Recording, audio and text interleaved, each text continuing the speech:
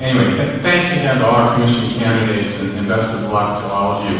The next portion of the program is our Republican primary debate for Campbell County Judge Executive between Steve Pendry and Kevin Sell.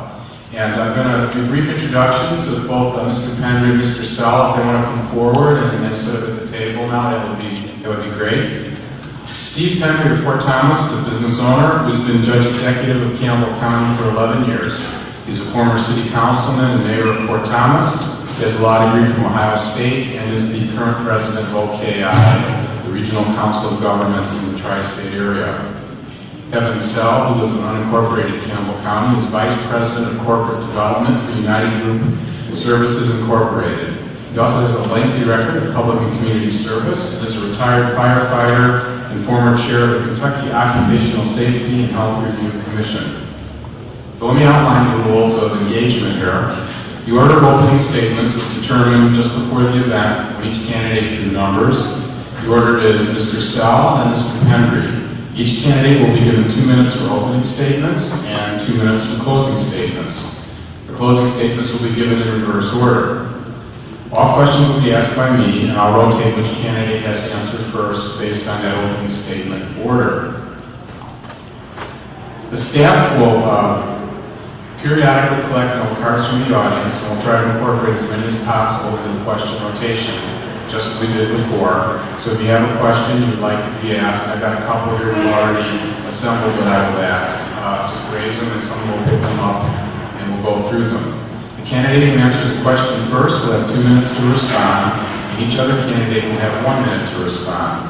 The candidate who first answered the question will have 45 seconds for a final response if they choose. And I have the right to ask follow-up questions if we need clarification of anything. And Jane here in front will be signaling you when you have 30 seconds or 10 seconds remaining in your time. So let's go ahead and get started. And based on the order, Mr. Sell, you're going to go first with your opening statement. Well, thanks, Dennis. Good evening, and thanks to tonight's sponsors for conducting this event. Ladies and gentlemen, you'll quickly find out tonight that my opponent's charming. He tells a good story. He has to. After all, he's an insurance salesman first, a regional czar second, and then he's the judge executive. But don't be fooled by his anecdotal stories and filibuster tactics. He's very good at lulling a person to sleep and is in fact lulled our county to sleep. This insurance salesman sold a policy where Campbell County taxpayers are paying the premiums and allowing other counties to collect the benefits. We have a bad situation in Campbell County. Consistent tax increases at 4% each and every year, no industrial growth for nearly a decade, and we even have a rain tax. There's too much spending. We have the highest unemployment rate of the 3 northern Kentucky counties, yet we're the smallest in terms of population. Let's face it, of the 3 northern Kentucky counties, Campbell County comes in last. Even with the scheduling of this debate, we came in last. I'm running for judge executive because I believe in straight answers, and I will put Campbell County first. I believe we can run the county on a budget that is less than what it is now, and we can spend less than we do now. I also believe further savings can be realized through consolidation efforts and reform of the regional taxing authorities. A new direction is what our county needs, and I'm prepared to take the steps necessary to achieve it. Direction requires leadership, and I aim to provide it with a professional level of transparent service. I sincerely appreciate each and every one of you for taking the time to attend tonight, and I look forward to answering the questions between my opponent and I and those from the floor. Thank you. Thank you.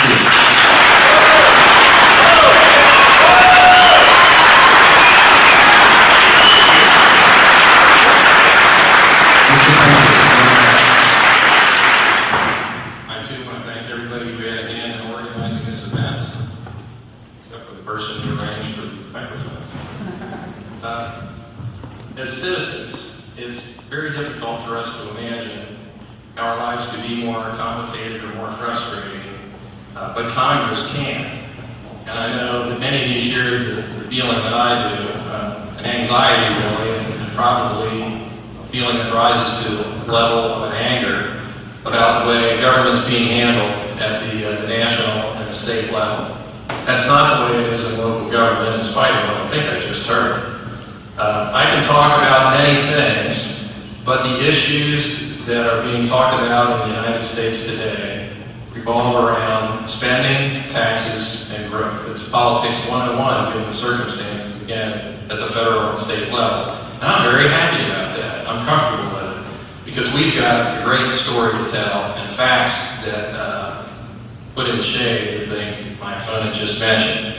Campbell County spends less money per resident than any other government in northern Kentucky. That's so far less than either of the other two counties and less than all the cities except, I think, Villa Hills.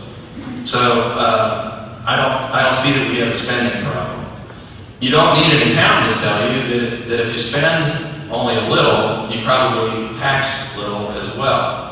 And as we'll see later on in this evening's conversation, our taxes and fees are very competitive with other jurisdictions or lower than the other jurisdictions in Northern Kentucky.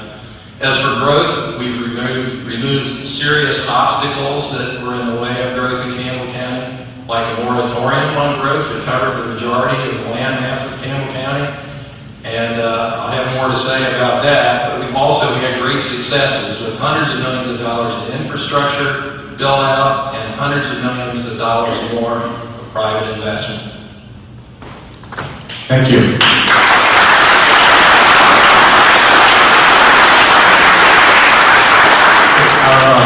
Our first question will go to Mr. Sell, and then Mr. Pendry responds, and then you get a short response back. And I want to ask just kind of a general question, similar to one I asked before, and then we're going to get to some specific ones. We have a number from the audience that I want to get to. How good a steward has the county been of the taxpayers' money in the last years? What, if anything, could have or should have been done differently? And how does that apply to the goals for the next 4 years? Well, if I believe that they were great stewards with the tax money, I would be running this. I can simply tell you, much like in the opening statement, that the repetitive increase to go after the property owner for 4%, I'm not implying that it has to be zero. I think we all love for it to be zero. I'm simply saying, can we do the same with less like everyone's doing in the private sector? Does it have to be 4%? Or can it be 3? Can it be 2?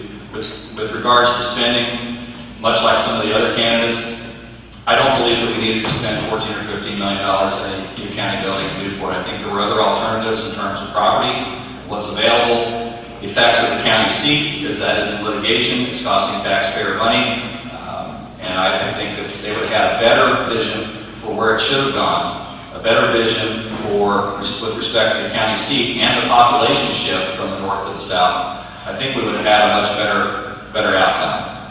There's other issues as well. I think with continuing to fund county sheriff and county police and not even looking into a valid study to realize what can be saved in terms of cost and increased efficiency is a flaw. I also believe that there needs to be more open competition when we're out looking for studies, efficiency studies, energy efficient studies as well. Thank you. Mr. Pendry? Well, naturally I'm going to defend the record that I think is exceptional. So far as the county administration building, I don't think I'm hearing that it's a consolidation of 6 different government agencies who were all put out of their buildings and needed a place to call home.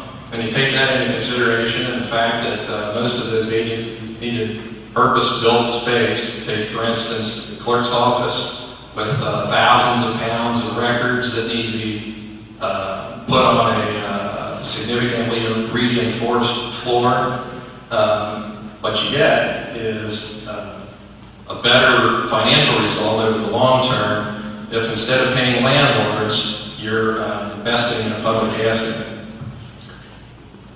You have a reply if you want it. Yeah, I'd love to. Surely the consolidation idea is worth looking into. My argument would be with the location, with the lack of consideration for parking, because it's my understanding that we're also leasing extra parking space at $1,000 a month, a clock tower, and what I consider to be a luxurious interior of the county building. And my case in point is, was in Lewis County just recently. It's a 200-year-old building. It works fine. They don't even have air conditioning, but they conduct court in a very efficient manner, and it seems to work.